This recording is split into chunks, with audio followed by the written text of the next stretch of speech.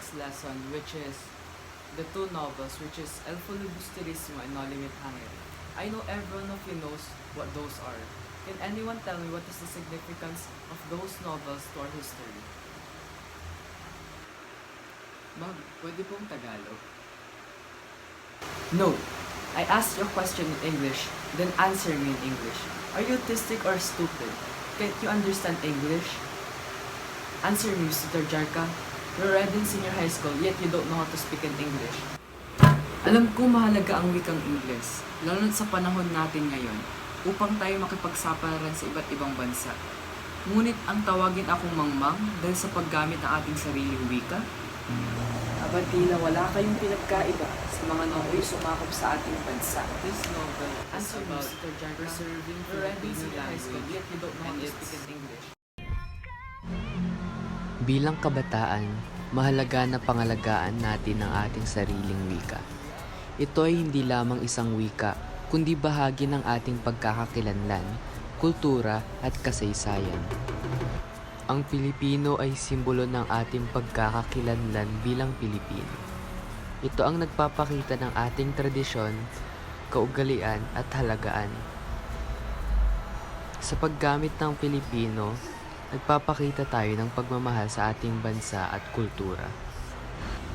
Bilang kabataan, mahalaga na mag-aaral at magamit ang Pilipino sa pang-araw-araw na buhay.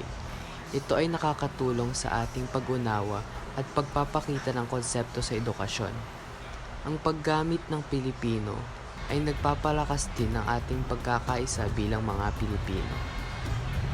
Huwag natin kalimutan na sa bawat pagkakataon, may pwersa ang Pilipino sa ating pang-araw-araw na buhay. Kaya naman, nais kitang hikayatin na simulan ito kahit sa maliliit na bagay. Sa panahong ngayon, mas maraming kabataan ang nahihilig sa paggamit ng Ingles o iba pang banyagang wika. Pero hindi natin dapat kalimutan ang ating kulturang Pilipino na nakaugat sa ating sariling wika. Ito ang mga 10 salita na madalang na natin gamitin at marinig. Hamon, tampuan o pagsubok, salik, kasama o bahagi, pagmamalasakit, pag-aalaga at pagmamahal, kabayanihan, kagitingan o katapangan, pagkakapantay-pantay, pagkakasama, pagkakapareho, pagkakakumbaba, pagkakakumbaba, siklab, spark o fire, dulay, hagdan, adhika, nais o gusto, bagwis, pakpak. Mga kabataan, ang Pilipino ay hindi lamang wika, ito ay identidad. Kaya sama-sama tayong magsimula, ipakita ang pagmamahal natin sa ating wika at ipasa ito sa susunod na henerasyon.